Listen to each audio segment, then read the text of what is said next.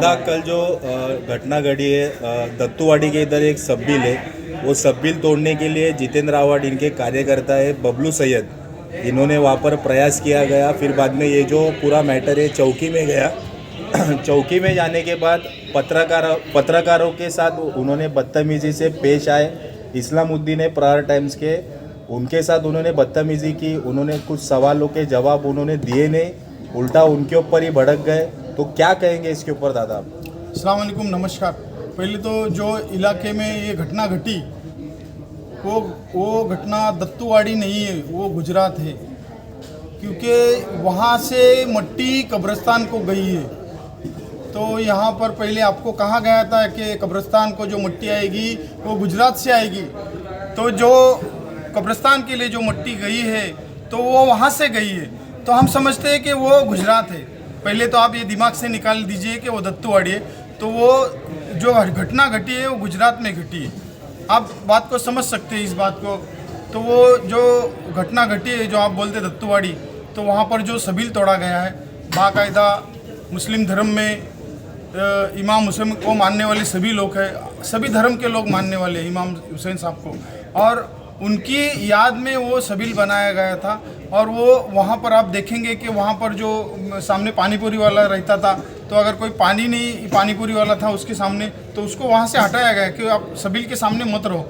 और वहाँ पर जो बहुत सारे ऐसे लोग थे जो अपना गर्मी में पानी पीते थे, और गरीब लोग जो है मुमरा में राह चलने वाले, वो भी वहाँ पर पानी पीते थे।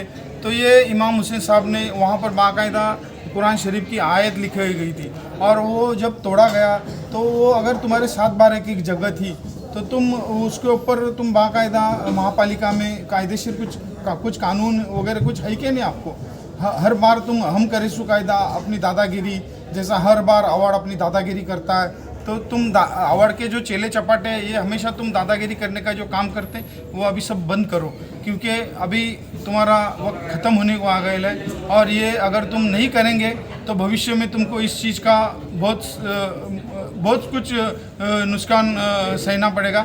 तो ये सब जो दादागिरी की बातें हैं, अभी आप एक पत्रकार है, जो हमारा है, जो इस लोकशाही का चौथा स्तंभ है, और वो पत्रकार हर चीज़ को उजागर करने का, हर समाज का जो एक अच्छा माध्यम है, जो समाज के लिए कुछ अच्छा रहता है, तो उस चीज़ को आप समाज तक पहुंचाने का काम पत्रकार करता है। तो उस पत्रकार को अगर दादागिरी करेंगे, उसको धमकाने का काम करेंगे, तो ये गलत है। पुलिस प्रशासन है कहाँ अगर एक पत्रकार को अगर ऐसा धमकाया जाता है? ठीक है, अगर वो पत्रकार ने पुलिस में कंप्लेंट नहीं की होगी तो बात अलग है, लेकिन वहाँ पर मैं समझता हूँ कि जो म्यूनसिपैलिटी की फुटपाथ है, महानगर पालिका की फुटपाथ है, और बाकायदा फुटपाथ के ऊपर वो सबील थी, तो सबील फुटपाथ के ऊपर का सबील तोड़ने का किसी का अधिकार नहीं है। और सबील तोड़ना बोले तो क्या है, महापालिका में आप अर्जी दो कि बाबा ये सबील को कोई अच्छी जगह पे शिफ्ट करो। सबील तोड़ना बोले तो क्या है, एक मुसलमान धर्म में ये नहीं है कि सबील तोड़ना।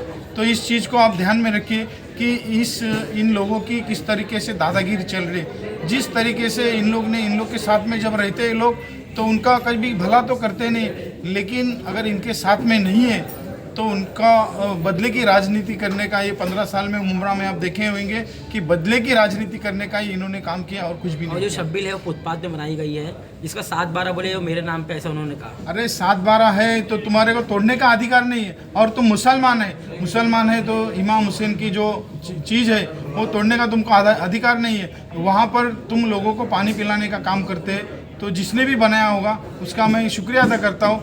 अगर वो जो सबील बनाई गई है तो वो तोड़ने का अधिकार किसी का नहीं। अगर आपका 7/12 का जगह है तो बाकायदा आप उस महापालिका में उसकी अर्जी दो कि ये हमको हटा के मांगता है, या इसको कहीं सही जगह पे शिफ्ट करो, तो ये सब चीज़ हो सकती है। एक मुसलमान हो के सबील तोड़ना कहाँ का न्याय है, मेरे को ये बता दो आप।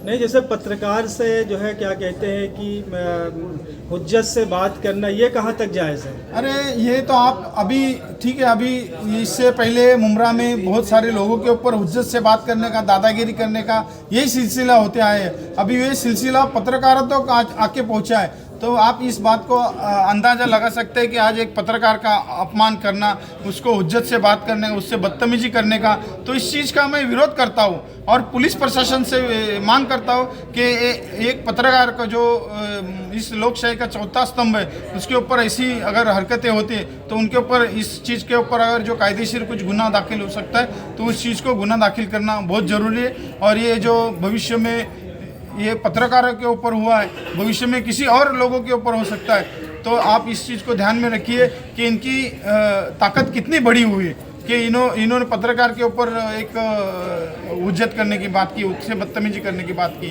तो इस चीज़ को ध्यान में रखते हुए मैं मुमरा वाले से ही ये रिक्वेस्ट करूँगा कि 15 साल में आपने जो आपका नुकसान करके लिया है, भविष्य में आप इस नुकसान को, अगर आपको और आगे नुकसान करने का है तो फिर आप किसको चुनने का वो आपको मुमरा वाले समझदार है। भविष्य में मुमरा वालों को यही कहना चाहूँगा कि भविष्य में किसको चुनने का और किसको नहीं चुनने का ये आप ध्यान में रखिए।